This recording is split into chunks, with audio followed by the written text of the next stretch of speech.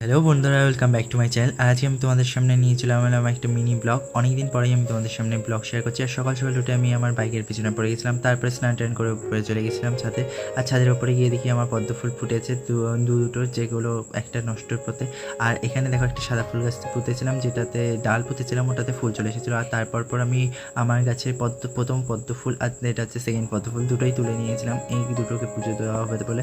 আর এখানে দেখতে পাচ্ছ আমার সাজিভর্তি ফুল। আর আমি প্রথম পদ্ম ফুলটা আমাদের পুরাতন বাড়ির শিব ঠাকুরকে অর্পণ করে দিয়েছিলাম। সোমবার ছিল বলে আমি ওখানে পুজো দিতে গেছিলাম, তো ওখানেই দিয়ে দিয়েছিলাম।